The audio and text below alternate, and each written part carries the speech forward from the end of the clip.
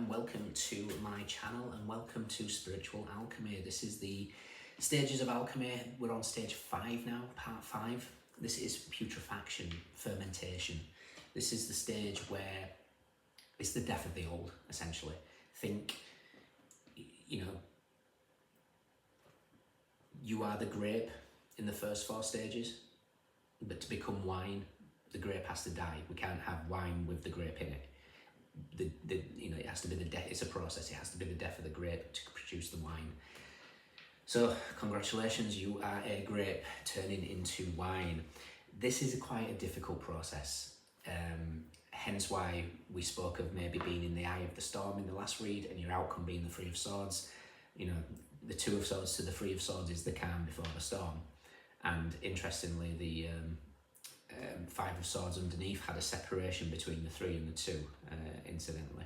So everything seems to be aligning to this next stage. But congratulations, if you've reached this stage, it means that you've completely become authentically you. You are following your soul's calling. You have heard the call of judgment and you are moving forward. You might not feel like you're moving forward at this stage, but you're moving forward. This time may seem irrational. It might seem intense, but it's a necessary process. It's freeing you in order to fully achieve your destiny. If you choose this path, you will emerge stronger. So call this Dark Night of the Soul Part 2. This is, repressed memories, karmic debris. This is psychic blockages. The crown chakra blockages. Think of the first 4 parts as your personality. This is the etheric. This is your subtle energies, your astral bodies, your other bodies, the karmic bodies. Those things that we need to deep bring to the surface and let go. It's a stage of decay, decomposition. But the beautiful aspect of decay and decomposition is the next stage after that is regeneration and rebirth. So this, not an easy process, but we're gonna bring it all together. We're gonna read Black Moon Lilith again, what she has to say. We'll take the tarot energy of putrefaction, your higher self, your lower self, what's happened in the first 4 stages, your advice, and then the potential outcome moving us to the 6th stage of distillation. Okay, right. So I was a little bit reluctant to choose a spirit animal for this one, because this is a deep process of listening to your inner self at this stage, trusting that inner self, calming the mind enough to listen to what you are saying to yourself. So I didn't really want to put an emphasis other than on you until then Moth energy appeared. And Moth is a perfect ally as well for this, because Moth represents, first of all, in terms of listening, they're regarded as a powerful ally to call upon for listening, but they also, they are the representation of change, transformation, rebirth. So yeah, let's do Lilith first. Getting carried away. Putrefaction, shadow release. How you view the world is how you view yourself. When the putrefaction oracle card shows up, it's time to face the difficult shadows within you and become conscious to what you are projecting into the world. Psychoanalyst Carl Jung described the shadow as our untamed true nature that we hide from the world to feel safe and accepted in our environment. The authentic side of ourselves is hidden by a mask to protect itself when we experience trauma or challenges. This calls for you to do inner work around how you perpetuate suffering in your own reality. Where are you projecting your own shortcomings, pain, trauma, and angst onto others? Projection occurs when you are triggered and reactive to your outer world. This is because of pain from past traumas or difficulties that are buried beneath the surface. Think of when an objectively beautiful person walks into a room and immediately receives jealousy and judgment from those in the room who feel insecure in themselves. An alchemist will use moments like this as an opportunity to cleanse their shadow through releasing others' opinions. Putrefaction is the 5th phase of alchemy and one of the most emotionally challenging because it requires an honest look within. Scientifically, putrefaction is the decomposition of organic matter. Use your life as a spiritual practice and start to release unconscious patterns. Doing so will create space for new healthy patterns. Okay, putrefaction, interesting, doing so will create space for new healthy patterns. It's the new healthy patterns that's standing out for me there. So there's 2 frequencies, in fact there's a few frequencies you can listen to during this stage. 2 solfeggio frequencies and then mirrored versions as well. So 174 is a pain relief, but it actually works on the energetic bodies as well. It frees you from emotional and karmic connections, especially past life connections. The mirror to that is 147. Like I say, as above, so below, the internal versus the external. So we need to listen to both. 741 is a solfeggio frequency for releasing toxins, but it also helps us make healthy choices. So 741, and then it's mirror 714, also clears the throat chakra. Putrefaction phase shadow work. Handling difficult emotions is one of the most challenging parts of alchemy, and it's best to not do this alone.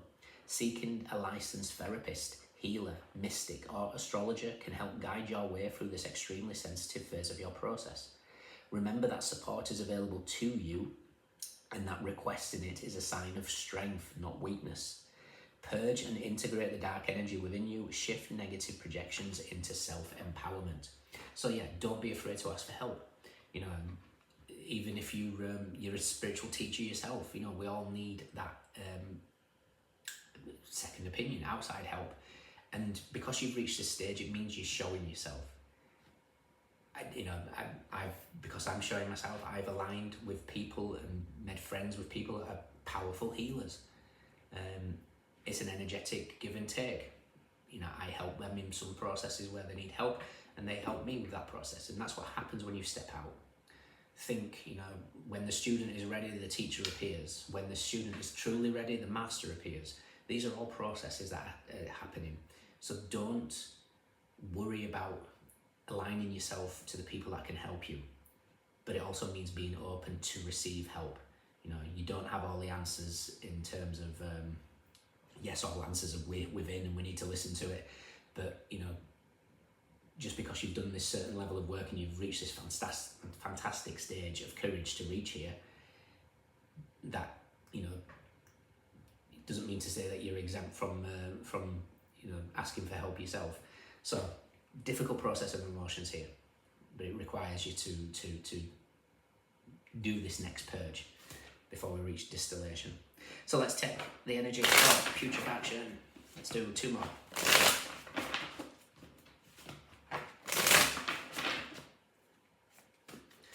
Okay, putrefaction, we have the 2 of Pentacles. The 2 of Pentacles is the Wheel of Fortune meets the devil, Jupiter in Capricorn.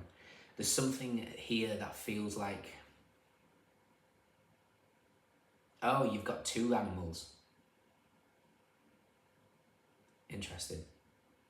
Raven. Okay, I'll read Raven in a second. 2 of Pentacles. The Wheel of Fortune is bringing the devil. So this is kind of like a second purge. Dark Night of the Soul part 2. The devil part 2. I'm going to be doing a lot of reading to you guys. I apologise, but there's something else I need to read to you as well. I'll find that on my phone. Okay, your higher self. Lower self. Okay. Recent past.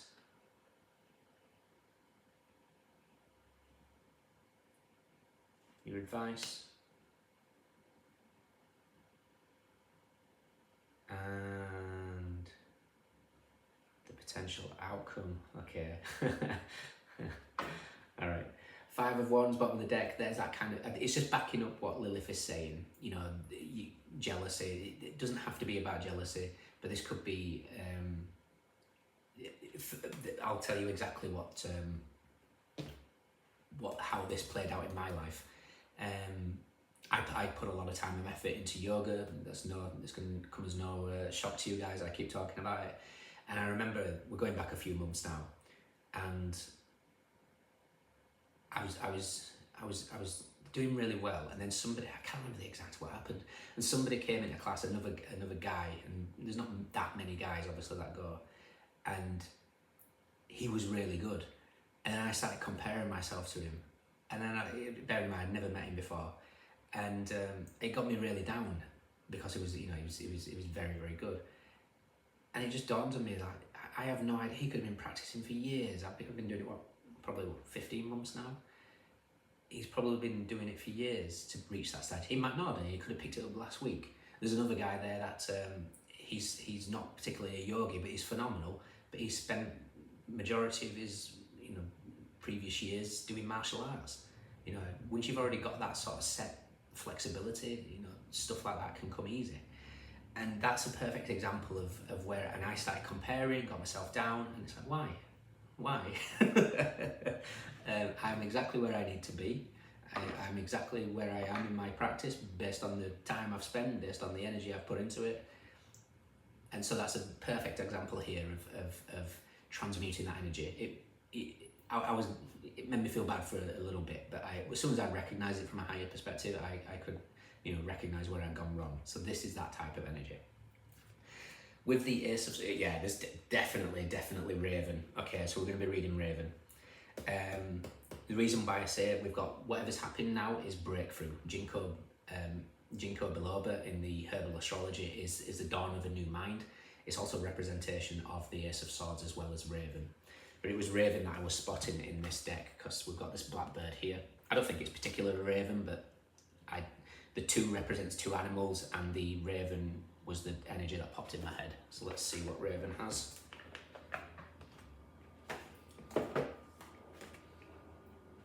I open it, bang on, Raven. Okay, card 26, Synchronicity, Magic and Rebirth. I embrace the mystery, knowing that life is constantly working out in new and magical ways. Raven spirit is the spirit of synchronicity and magic. Ravens symbolize embracing and actually enjoying the mysteries of life, knowing that a new solution will always appear in a new and magical way. And that's a great thing at this stage as well, because there's going to be these difficult circumstances. They're going to come to the surface. You know, my comparison, you know, and that comparison was also jealousy. I was jealous at the fact that he was, you know, very, very skilled. So these emotions are going to come to the surface. They're going to be needed to be accepted and released, because it has to be the death of the old part of us. You know, that jealous energy that I carried has to be transmuted. And during this stage, you've been asked to pause, look at it from a higher perspective, and do something different. Because if you're using the same tactics as before, you haven't died. The death of the old self is still there. You know, the old self is still there. So trusting in Raven to bring new solutions, they will always appear in new and magical ways. Ravens are some of the smartest, cleverest animals on earth. Ravens are excellent problem solvers and use their amazing intelligence to find a solution. Ravens are playful and like to have fun, not to mention being a bit mischievous, as they're usually up to some crazy kind of antics. Raven spirit knows that the way things start is more often than not the way they go. If we want more magic and synchronicity in our lives, we're wise to follow the road that starts with more magic and synchronicity. Raven spirit typically shows up when we're at a crossroads in our lives and need to decide which way we go. If we miss the turn back at the last crossroads, not to worry, Raven spirit will no doubt show up again, dropping clues at the next fork in the road. Raven spirit also symbolises rebirth. We are all destined to take the road that leads to our rebirth at some point in our life. Rebirth means being free from past hurt, trauma or toxic conditioning, and then starting anew with a lighter, happier, authentic version of ourselves. Raven spirit is an ally for this time along our journey. The message is to pay very close attention to the synchronicities that are showing up in your life. Raven spirit is leaving you subtle and sometimes not so subtle signs and clues along the way. If you're figuratively at a crossroads or feeling lost, confused, or just curious about which way to go, Raven spirit will guide you. Invariably, one choice will always have more magic and mystery in it than the other, and invariably more magic and synchronicities will continue to unfold in your life if you choose this way. The choice, of course, is up to you. Okay, so choose magic, choose this process, choose to participate. You will emerge stronger. Like I say, this could feel, because you've gone through this purging already, it could feel irrational and intense, but it's a purpose of freeing you from what no longer serves. What your higher self wants to know is the Page of Cups. For some reason, and I don't know why, I've not quite worked it out yet. It's something to do with maybe water fasting, but it's water fasting is going to be very, very, very positive during this stage. Every time I get the Four of Cups and the Page of Cups, I always think of maybe if I ever pull cards for myself and I get these two, I'll go on a water fast. It's a purging of the cells. Now, it's something the higher self is saying water is more important during this stage, and I mean that physically. This could be physically drinking more water. This could be cleansing in the sea, the lake, whatever it is, wild swimming, whatever. Because it's the starfish that looks dehydrated and parched. And that starfish, I feel like, is representing the star card. There's something that feels dehydrated. So there's your higher self is wanting you to focus on water. It's also wanting you to focus on the emotions that the water brings, bring it to the surface. Water, you know, when it comes to releasing toxins, and interestingly, I spoke earlier of the frequencies. When you do listen to those, water is a must, because toxins are going to be released and water is what carries it out. What we're not aware of, so used to that. What your lower self wants you to know is the moon. This feels like a dark night. It's going to feel like a dark night. It's going to feel, for some of you, it's going to piss you off, pardon my French, because you've gone through so much of a process already. I want you to know that this is a situation that is much faster this time round. You know, that the constraints of time and Saturn, when it comes to the subtle bodies, is not the same. This is a quicker process. You'll also find as well, when you step out of line in any way, you will be dragged quickly back into line. So, you know, if you pass judgment on something, you will be made aware of that very soon by the divine. So be mindful. Just as long, if you have a sense of humour during this process, you'll start notice things and start laughing straight away. Where you've, you know, that old version of yourself that pops up, and you start, you know, chuckling away because you've you know, you thought you transcended it and you haven't. These are just reminders to keep us, I'll say, in check. I don't want that to sound awful. It's not. It's just a process of saying, you know, come on, practice what you preach, that type of thing. In the recent past is the Four of Cups. You've gone through many stages. You might be disappointed that you don't see the gifts yet, but the gifts are coming. A lot of the times at this stage, the gift is actually hidden because it's been worked on the subconscious. This is an energy of cleansing. It's a cleansing of so much debris, the stuff that we carry. So this process is allowing you to shed. Your advice is the Seven of Swords. The Seven of Swords is to trust this healing process. In the recent past, in the previous spread, we had the Five of Swords, where the Empress had gone through the healing process. Again, you know, don't get caught in genders, it's the feminine aspect of ourselves. And it's looking back here, it's the High Priestess in the star card, it's the Moon in Aquarius. So it's saying continue with this process. The only time that you want to be looking back is if you're repeating some sort of pattern here. This is a card of self-sabotage. So we could then start self-sabotaging a lot, and it's to show us. It's also telling me about, you know, the reprimanded if we do anything goes against our higher self. But ultimately it's saying continue on your journey of being authentic. Moonology, Seven of Swords, is Moon in Aquarius, which is show the world the real you. Okay? Your outcome at this stage is the Hangman. Now the Hangman is limbo. Limbo, I want you to look at it in a different format at this stage. Limbo is the process of surrender. Surrender doesn't mean give up. Surrender means going with the flow.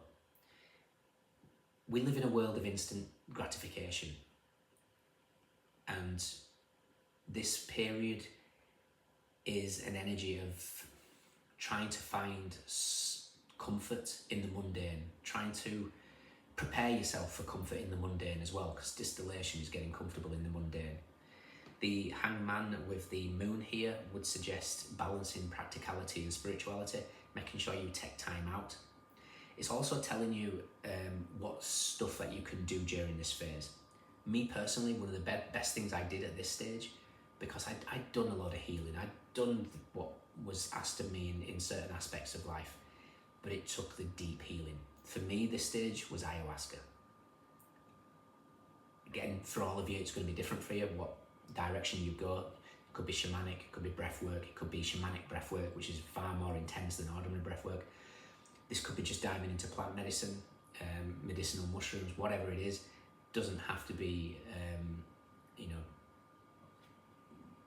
it doesn't have to be ayahuasca. But for me, the hangman represents, I did 9 nights. It was so strange how it worked out at 9 nights, which is what Odin did. Odin sacrificed himself for 9 days, 9 nights, and he gained wisdom. And that's kind of the process where I went through of shedding those energetic levels. So for some of you, especially if you've been getting nudges towards ayahuasca or anything like that, she will make it she will get louder if it's meant for you. You will see signs, synchronicities everywhere. For some of you, this could be the confirmation you need, seek out. But the hangman is saying limbo is actually a good thing right now, and going with the flow, things will speed up in due course.